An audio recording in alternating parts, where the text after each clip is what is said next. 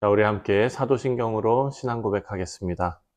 전능하사 천지를 만드신 하나님 아버지를 내가 믿사오며 그 외아들 우리 주 예수 그리스도를 믿사오니 이는 성령으로 잉태하사 동정녀 마리아에게 나시고 본디오 빌라도에게 고난을 받으사 십자가에 못 박혀 죽으시고 장사한 지 사흘 만에 죽은 자 가운데서 다시 살아나시며 하늘에 오르사 전능하신 하나님 우편에 앉아 계시다가 저리로서 산 자와 죽은 자를 심판하러 오시리라.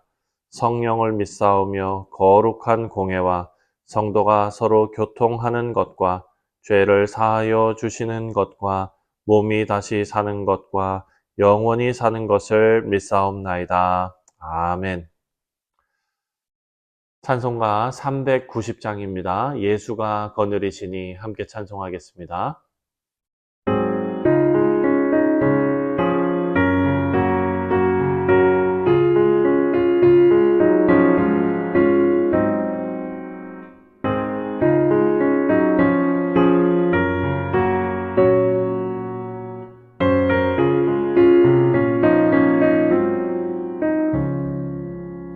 예수가 거느리시니 즐겁고 평안하구나. 주야의 자고 깨는 것 예수가 거느리시네. 주 날 항상 돌보시고 날 지니 거느리시네. 주 날 항상 돌보시고 날 지니 거느리시네. 때때로 괴로움 당하며 때때로 기쁨 누리네. 풍파 중에 지키시고 평안히 인도하시네. 주 날 항상 돌보시고 날 지니 거느리시네. 주 날 항상 돌보시고 날 지니 거느리시네.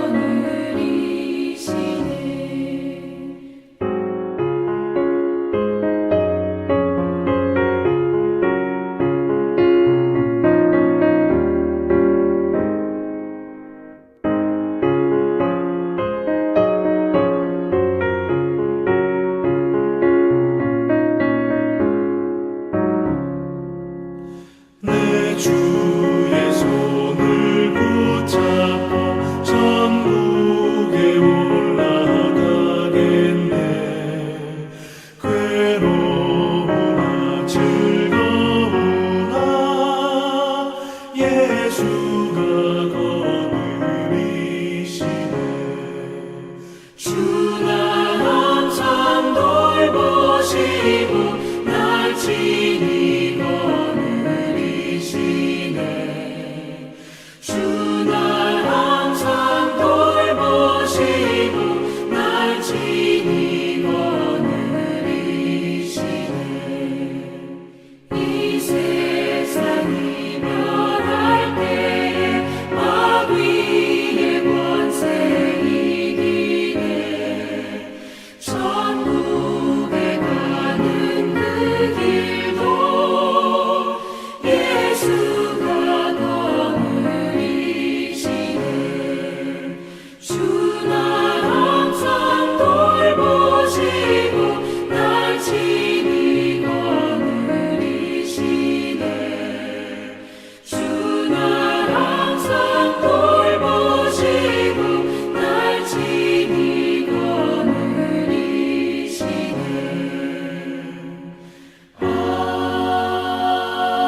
아멘.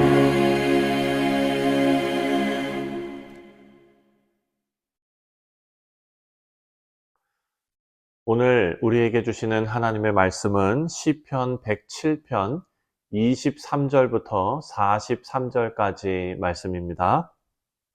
배들을 바다에 띄우며 큰 물에서 일을 하는 자는 여호와께서 행하신 일들과 그의 기이한 일들을 깊은 바다에서 보나니 여호와께서 명령하신즉 광풍이 일어나 바다 물결을 일으키는도다. 그들이 하늘로 솟구쳤다가 깊은 곳으로 내려가나니 그 위험 때문에 그들의 영혼이 녹는도다. 그들이 이리저리 구르며 취한 자같이 비틀거리니 그들의 모든 지각이 혼돈 속에 빠지는도다. 이에 그들이 그들의 고통 때문에 여호와께 부르짖으매 그가 그들의 고통에서 그들을 인도하여 내시고 광풍을 고요하게 하사 물결도 잔잔하게 하시는도다. 그들이 평온함으로 말미암아 기뻐하는 중에 여호와께서 그들이 바라는 항구로 인도하시는도다. 여호와의 인자하심과 인생에게 행하신 기적으로 말미암아 그를 찬송할지로다. 백성의 모임에서 그를 높이며 장로들의 자리에서 그를 찬송할지로다.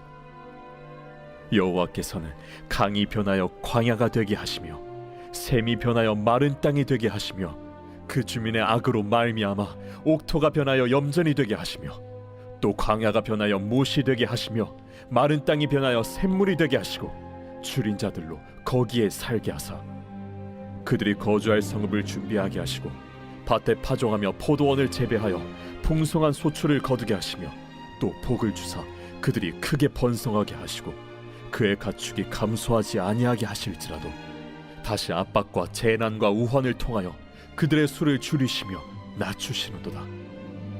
여호와께서 고관들에게는 능력을 쏟아부으시고 길없는 황야에서 유리하게 하시나 궁핍한 자는 그의 고통으로부터 건져주시고 그의 가족을 양떼같이 지켜주시나니 정직한 자는 보고 기뻐하며 모든 사악한 자는 자기 입을 봉하리로다.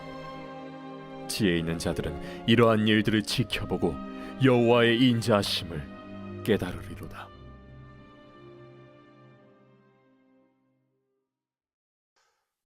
네, 사랑하는 성도님들, 오늘 말씀은 우리 인생의 풍랑 속에서 우리의 능력과 지혜로는 도저히 감당할 수 없는 상황들을 우리가 만날 때에 하나님께서 우리를 구원하시고 또 궁극적으로 세상의 정의를 세우시는 분이다 라는 고백을 담고 있습니다. 자, 이 본문은 특히 우리가 지향하고 있는 개혁주의 신학의 교훈과 아주 깊이 맞닿아 있는 내용입니다. 우리의 신앙과 삶에 중요한 의미를 주는 오늘 본문을 통해서 하나님께서 우리 모두에게 주시는 은혜가 있으시기를 주님의 이름으로 축원드립니다. 먼저 23절부터 30절까지 보면 바다에서 인생의 큰 풍랑을 만난 자들이 등장을 합니다. 그들은 자신의 힘과 기술로는 도저히 그 풍랑을 감당할 수 없는 그 상황에 처해 있습니다. 그리고 그 사람들이 당황하고 절망할 때 하나님 앞에 부르짖는데 그리고 하나님께서는 그 풍랑을 잠잠하게 하시고 그들을 평안한 항구로 인도하신다라는 찬송입니다. 여기서 우리는 하나님의 주권적인 은혜를 볼 수가 있습니다. 이것이 바로 개혁주의 신학에서 강조하는 바인데 인간의 한계와 무능력입니다. 여러분, 인간은 자신의 힘으로 구원에 이를 수가 없지요. 우리는 영적인 의미에서도 이러한 인생의 풍랑 속에 있으며 또 우리의 지혜나 노력으로는 결코 그 위기에서 벗어날 수가 없습니다. 에베소서 2장 말씀을 보면 바울은 우리를 허물과 죄로 죽었던 자들이다 라고 묘사하고 있습니다. 하지만 하나님께서 우리를 사랑하신 그 큰 사랑으로 그 은혜로 우리가 구원을 받았다라고 사도 바울은 선포하고 있습니다. 오늘 본문 시편 107편에서도 사람들은 자신의 기술, 경험, 이런 것으로 바다를 건너려고 하지만 결국 하나님을 의지할 수밖에 없게 됩니다. 여러분, 이것처럼 하나님의 절대적인 주권을 우리는 늘 인정하며 살아가야 하는 것입니다. 하나님이 주도적으로 우리 인생의 풍랑을 잠잠케 하시고 또 우리를 구원의 안전한 항구로 인도하실 줄 믿습니다. 그리고 또 우리 본문을 보면 우리로 하여금 고난과 시련 가운데서 하나님을 의지하도록 초대하고 있습니다. 시편 기자는 바다 위에서의 이 고난을 이야기하면서 28절 말씀을 보면 28절에 이에 그들이 그들의 고통 때문에 여호와께 부르짖으매 그가 그들의 고통에서 그들을 인도하여 내시고, 여기서 강조하는 것은 고난 속에서 우리가 할 일이 오직 하나님을 향한 부르짖음입니다. 여러분, 개혁주의 신학에서는 인간의 전적인 타락을 가르치고 있습니다. 우리는 죄로 인해서 하나님 앞에서 완전히 무력한 존재입니다. 우리의 유일한 소망은 하나님의 자비와 은혜에 있는 것입니다. 우리는 고난과 그 풍랑 속에서 우리의 힘이 아니라 하나님의 주권을 신뢰해야 한다라는 것을 알 수가 있습니다. 잠잠하게 하시는 하나님, 풍랑을 다스리시는 하나님, 하나님은 하나님의 절대적인 주권 안에서 우리를 지키십니다. 마가복음에도 그런 말씀이 나오지요. 예수님께서, 마가복음 4장입니다. 예수님께서 제자들 앞에서 폭풍을 잠잠하게 하신 사건이 나오지요. 여러분, 이것이 바로 하나님의 주권을 극적으로 보여주는 말씀입니다. 제자들은 풍랑 속에서 다 당황했습니다. 하지만 예수님께서 잠잠하라, 고요하라 이렇게 말씀하심으로 자연의 모든 힘을 예수님께서 다스리십니다. 여러분, 이 사건을 통해서 우리 모두는 두려움 속에서도 하나님의 절대 주권을 의지하는 그런 확신이 우리 가운데 있어야겠습니다. 그리고 또 오늘 본문을 보면 세상의 정의를 세우시는 하나님이시다라는 것을 우리가 알 수가 있습니다. 33절부터 마지막 43절까지 말씀을 보면 하나님께서 세상의 정의를 세우시는 분이다라는 메시지가 등장합니다. 하나님께서는 강을 사막으로, 샘을 마른 땅으로, 그리고 기름진 땅을 소금밭으로 바꾸시기도 합니다. 그리고 반대로 사막을 물이 있는 곳으로, 마른 땅을 샘이 되게 하시는 그런 분입니다. 35절 말씀을 보면 광야가 변하여 못이 되게 하시며 마른 땅이 변하여 샘물이 되게 하시고, 여러분, 이 구절들은 하나님의 절대 주권뿐만 아니라 하나님께서 이 세상 속에서 정의와 공의를 바로 세우시는 분임을 강조합니다. 칼빈주의를 들어보셨을 것입니다. 칼빈주의 신학을 보면 하나님의 주권은 단지 구원에만 국한되지 않고 세상의 모든 일에 하나님의 주권이 다 미친다고 가르치고 있습니다. 하나님은 세상의 통치자이시고, 그리고 하나님의 정의는 세상에 완전하게 이루어질 것입니다. 요한계시록 말씀을 보면 새 하늘과 새 땅이 임하고 하나님의 정의가 완전히 실현되는 날을 우리가 보게 될 것이다 라고 예언하고 있습니다. 여러분, 이처럼 하나님은 궁극적으로 세상의 정의를 다 세우실 것이고, 그 과정 속에서 우리는 하나님의 통치와 계획을 전적으로 신뢰해야 한다라는 것을 가르쳐주고 있습니다. 하나님께서는 가난한 자를 높이시고 교만한 자를 낮추십니다. 41절입니다. 41절에 궁핍한 자는 그의 고통으로부터 건져주시고 그의 가족을 양떼같이 지켜주시나니. 아멘.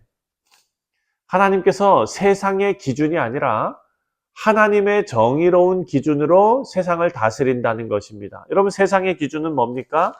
약한 자는 짓밟힙니다. 강한 자들만 살아남습니다. 약육강식이 바로 세상의 법칙입니다. 여러분, 우리가 보기에는 때로 고난이 축복이 아니라고 느낄 수 있지요. 하지만 하나님께서는 그 고난 속에서도 하나님의 공의로운 목적을 이루신다라는 사실을 우리가 깨달아야 합니다. 그래서 하나님의 주권적인 은혜 안에서 우리는 소망을 가질 수 있습니다. 우리 사랑하는 성도님들, 우리의 인생에서 마주하는 이 풍랑 같은 이 고난은 때로 우리를 힘과 지혜로 연결할 수 없는, 해결할 수 없는 그 모든 문제들을 우리 인생 가운데 가득 던져 놓습니다. 그러나 우리가 기억해야 할 것은 우리의 구원과 인생의 모든 문제는 하나님의 주권적인 은혜 안에서 이루어진다라는 것입니다. 그래서 하나님의 주권적 은혜는 우리에게 확신과 소망을 가져다 줍니다. 바울이 로마서 8장 말씀에서 나는 확신하노니 사망이나 생명이나 그 어떤 것도 우리 주 그리스도 안에 있는 하나님의 사랑에서 우리를 끊을 수 없다라고 고백했습니다. 하나님께서는 우리를 결코 버리지 않으십니다. 오늘 본문에 나오는 이 풍랑 속에서도 우리를 지키십니다. 평안의 항구로 인도해 주십니다. 그것을 믿는다면 이제는 우리 삶 속에서 다짐하고 실천해야 할 부분들이 있습니다. 바로 하나님을 전적으로 의지하는 삶입니다. 우리가 할 수 없는 것들을 다 하나님께 맡기고 고난의 순간에 하나님께 부르짖는 것이 우리 첫 번째 반응이 되어야 합니다. 세상의 풍랑 속에서 우리가 의지해야 할 것은 우리 능력이 아니라 하나님의 능력이죠. 여러분, 잠언 3장입니다. 잠언 3장 5절과 6절 말씀을 제가 읽겠습니다. 너는 마음을 다하여 여호와를 신뢰하고 내 명철을 의지하지 말라. 너는 범사에 그를 인정하라. 그리하면 내 길을 지도하시리라. 아멘. 여러분, 얼마나 위로가 되고 힘이 되는 말씀입니까? 우리 삶의 모든 부분에서 하나님을 인정하고 하나님께 우리의 길을 맡길 때에 하나님께서 친히 우리 길을 인도하신다 약속하셨습니다. 말씀을 맺겠습니다. 사랑하는 성도님들, 하나님의 주권적인 은혜 안에서 소망을 가지시는 그런 인생을 살아가시기를 주님의 이름으로 축원드립니다. 하나님은 우리의 구원자이시고 인생의 모든 풍랑에서 우리를 지키시는 분이시고 우리는 하나님께 전적으로 의지하고 감사와 찬양으로 하나님 앞에 나아가며 정의를 실천하고 소망을 포기하지 않는 그런 인생을 살아가야 할 것입니다. 여러분, 이런 결단을 가지고 오늘 하루도 하나님의 주권적인 은혜 속에서 평안을 누리시는 우리 성도님들 다 되시기를 주님의 이름으로 축원드립니다. 기도하겠습니다. 하나님 아버지, 은혜와 사랑에 감사를 드립니다. 우리가 오늘을 살아갈 수 있는 것은 우리의 힘과 능력이 아니라 하나님의 주권을 신뢰하는 믿음에서 그 힘이 나오는 줄 믿습니다. 하나님을 신뢰하는 그 믿음으로 오늘 하루도 승리하며 살아가는 우리 모두 되게 하여 주옵소서. 감사드리오며 예수님의 이름으로 간절히 기도하옵나이다. 아멘. 하늘에 계신 우리 아버지여, 이름이 거룩히 여김을 받으시오며 나라가 임하시오며 뜻이 하늘에서 이루어진 것 같이 땅에서도 이루어지이다. 오늘 우리에게 일용할 양식을 주시옵고 우리가 우리에게 죄 지은 자를 사하여 준 것 같이 우리 죄를 사하여 주시옵고 우리를 시험에 들게 하지 마시옵고 다만 악에서 구하시옵소서. 나라와 권세와 영광이 아버지께 영원히 있사옵나이다. 아멘. 네, 사랑하는 성도님들, 오늘 수요일은 우리가 예배를 위해서 기도하는 날입니다. 우리 교회에서 드려지는 모든 예배, 그리고 우리 성도님들의 오늘 하루의 삶이 주께 올려드리는 예배가 될 수 있도록 위해서 기도하시고, 특별히 오늘 오전에 있을 수요 성경 공부와 우리 얼로 목사님 가정 그리고 사역을 위해서 함께 중보하도록 하겠습니다. 다 같이 기도합니다.